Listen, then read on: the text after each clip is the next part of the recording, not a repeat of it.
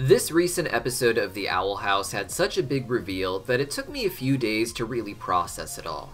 So today we're going to talk about Raine Eda and how Eda can be used to save everyone on the Day of Unity, and how Raine is working to stop Emperor Belos's plan.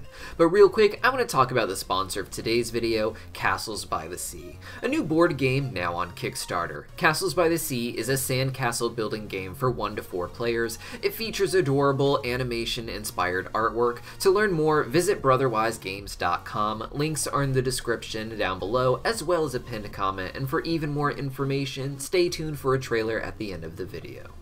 This week's episode ended with a dramatic reveal from Raine about Emperor Belos's plan for the Day of Unity, and we are definitely going to get to that, but it opened with Luce testing out new glyph combos she found in Philip Woodbane's book, with the hope that one of them will help out with the portal door.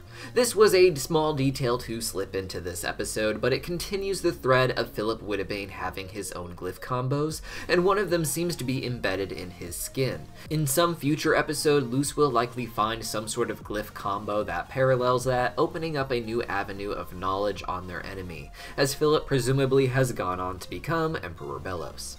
The bulk of this episode featured a flashback of Eda's day at Hexside, studying with Lilith to get into the Emperor's Coven. To avoid facing expulsion, she must go to a special event where several schools compete, and awards are given to the most gifted students.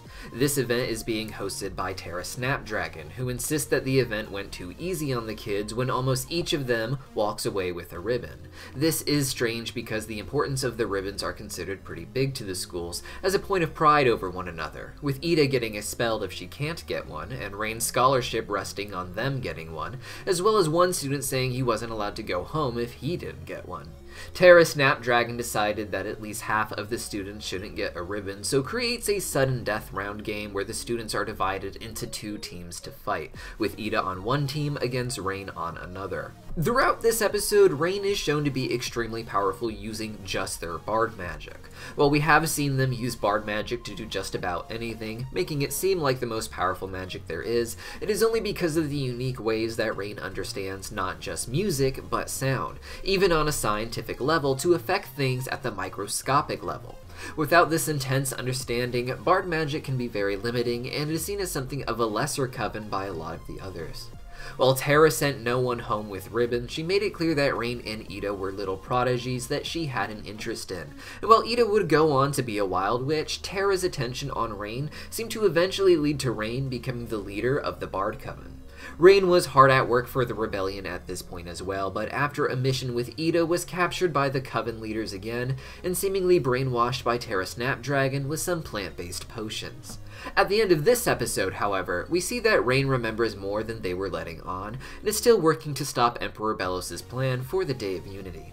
After Terra Snapdragon leaves, Raine opens up a secret passage for a tiny abomination that looks like it belongs to the leader of the Abomination Coven, Darius. This abomination comes with a letter explaining what Emperor Belos's plan is and how to stop it.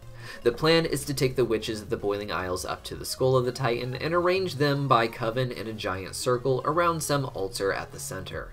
This seems to be happening during an eclipse that takes place at the same time in the human realm and the Boiling Isles, synchronizing the 2 dimensions with the help of the portal door, which is mentioned as being moved, presumably to the altar, in the document. Based on the vision that the Coven leader saw in an earlier episode, this will merge the 2 dimensions, bringing the Titan to Earth and creating some new magic system that eradicates wild magic. However, Belos isn't telling them the full story, as this document proves.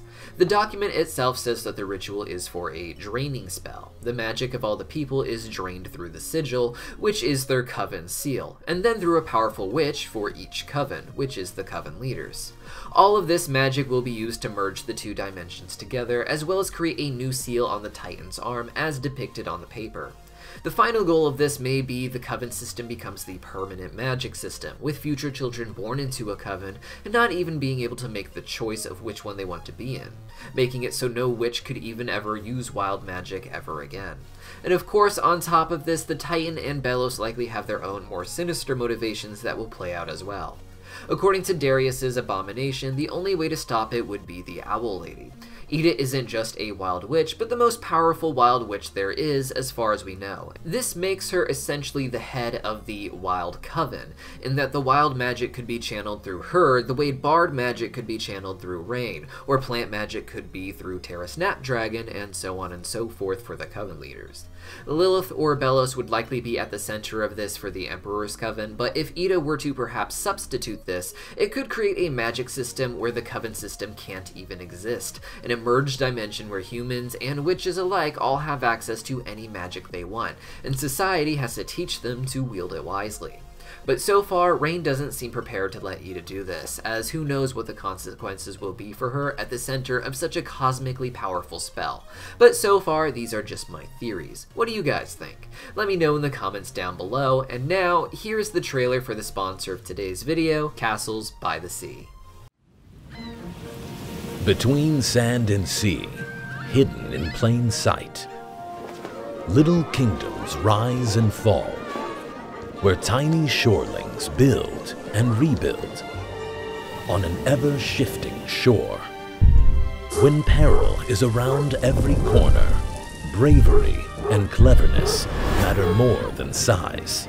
Brotherwise Games invites you to join the tiniest heroes on the adventure of a lifetime. Castles by the Sea is a puzzly sandcastle building game for 1 to 4 players. Each round, you'll place sand blocks to expand your kingdom.